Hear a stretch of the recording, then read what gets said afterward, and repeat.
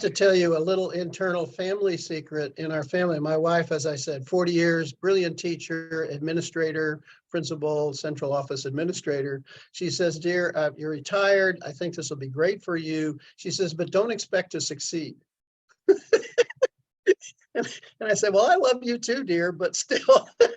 No, she says, in the military, it's called a hard target. There are soft targets which you can get to. Education is a hard target. So you're giving one of the reasons is that education tends to be resistant to change. That change is something that comes very difficult to education. And there are reasons for that, which we can talk about in a moment when we get to the others. But I do want to find out about the Taiwan School. If you could send me just a little bit about it. What I'm doing is we're in the process of creating a web page on our website that identifies schools that have consistent institutional commitments to teaching it, not an individual teacher, whatever, which are fine, but institutional commitments. And we have still less than 10. So I would love to put them on that school. Great, Denise. Thank you very much. All right. I think Basir was, he's dropped out. Sabrina, tell us what you think, the question you have or what reasons you have for you think education. Peter, I mean, when you were at the library conference, we had an opportunity to talk, and so I think what my perspective is, and I'm going to put in the chat the link to. Well, the other people don't, though. Go ahead. Right. So I'm in the emerging fellows program with APF, and part of the program is that we have to do periodic blog posts. And so, well, I'll just go ahead and launch it. And so I just did a blog post on really scaling TTF to reach the organizational leadership level, because I think that's a huge problem. I think that is a huge barrier, because, and one of the questions that I ask in the article is about, even after the student has this wonderful experience in a particular class at, 5th, 9th, 7th, 8th grade, or even high school, then what happens next? Or if they have it in one class and then they don't have it in the rest. So why is it not across the curriculum? Why is it not, why doesn't it permeate through the system? And my research for my dissertation was to do just that, to engage school district leaders in their process for doing futures thinking and potentially foresight, or looking at different alternative futures. And so I don't want to go into my stuff, because this is definitely about your work, but I at some point that you think it's maybe later in the conversation, we can talk about that, because I do think that that's an opportunity. And the 7 superintendents that I spoke to were definitely bogged down because it was in the middle of COVID, but willing to engage in that way of thinking. And so I think there's some opportunities there that could be explored.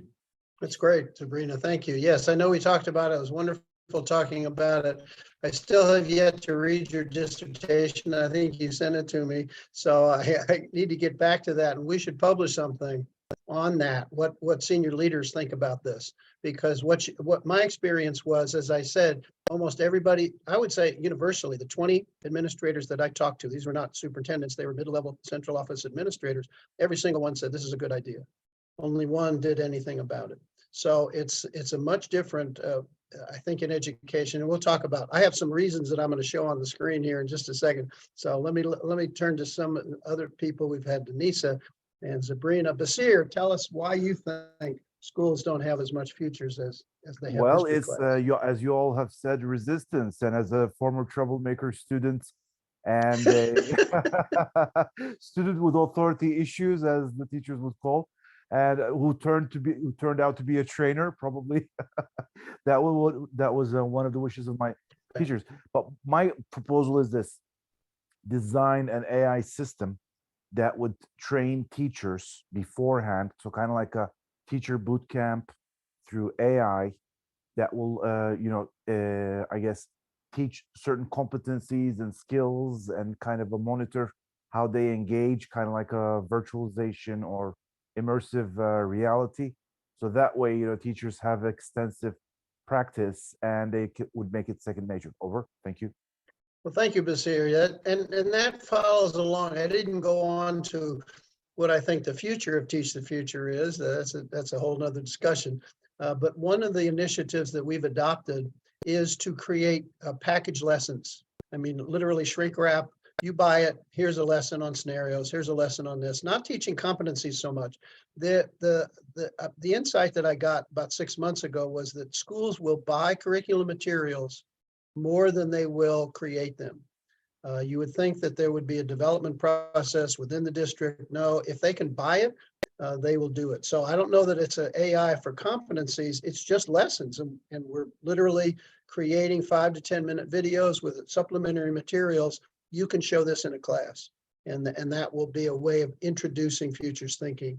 I certainly hope you'll see it next year when we launch them.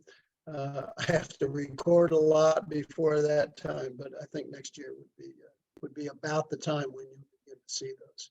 Yes, Ali, what's your take on why schools don't have more futures?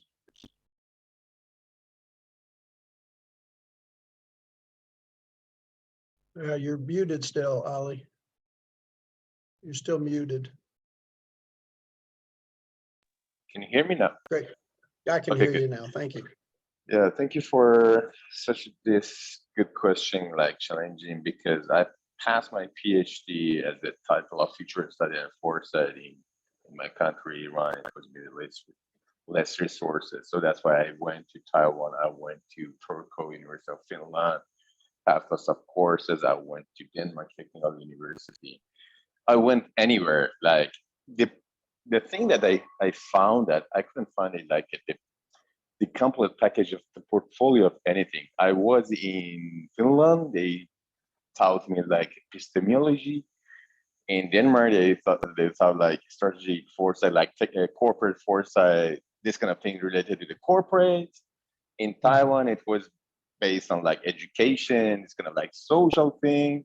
And you cannot find a standard like syllabus to tell to the young people or whatever, or whoever, say, okay, this is the future, and this is epistemology, this is the method, this is, and I can see this kind of shortage in this what do you call it, discipline or whatever. And that's why I've been anywhere to teach, to learn. And now I took a small step here in Montreal in Canada, because here recently I just established my own company, and I went to the Concordia University to say, okay, you have, because here this city is the most diversified city. You can find it all all young people from around the world, lots of conflict with any kind of people. So, but I want to know how we can create a standard syllabus of the teaching future. This is the big challenge.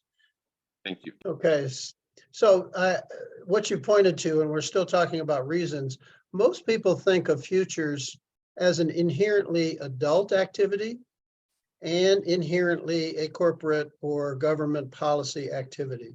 It's what I call the instrumental use of futures. We use futures to do plans, to make projects, to establish goals, to create change in the world. And it is great for that. And I say absolutely, but it's not all it is. My dream is that future studies is considered a discipline like history. We don't require corporations to hire historians to be consultants. No, we teach young people about the past, which of course we should. I'm not saying we should do that any less, but we should teach them about the future at the same time, purely for the purpose of the future is part of our human experience. It may be imagined experience, but it's part of our human experience. The future affects ourselves as human civilizations, as human societies. And we should introduce young people to that. The same way a lot of times that science teachers want to teach students the joy of investigation and the joy of science. I wish they would do a little more of that, in fact. Mathematicians, language people, all the same. So if it were considered part of the humanities, as well as an instrumental activity for corporate, government, and civil society work, we would, I think, get more traction within the schools. The two terms that I use to label what you're talking about, the technical term is called futures literacy. Being literate means that you are acquainted with, you're not an expert, but of course we have ordinary literacy, which is the ability to read, write, communicate, things like that. And then we have other kinds of literacies, media literacy, to be a consumer of the media, to be an intelligent consumer, not to be swayed every single moment by every social media podcast, to be financially literate, to know how to balance a checkbook, get a car loan, know what you're paying, your credit card, manage your money, save some, blah, blah, blah. Financial literacy. Futures literacy should be in that same category. How to deal with change and how to prepare for a future which is unknown and how to influence the future towards this better future. That would be a literate person in the future. Now, futures literacy has somewhat been taken over by the UNESCO version of it, which is they use capital letters, we use small letters. So they have a particular technique. Rial Miller, brilliant guy, created that technique, which is a wonderful technique. There's a lot in futures literacy, small letters, non-capital letters, that is not in his technique, and that's fine. The other term that I use is futures for all, that every person ought to have the insights that we have, not at the professional level, but at the ordinary level, to think in alternatives, to be empowered to create change. So frankly, that's, Ollie, that's what we are trying to create. I haven't put it all together into some kind of shrink wrap package that I can just sell to schools, but these are the lessons that we're trying to promote right now. But I appreciate where are you located now, Ollie?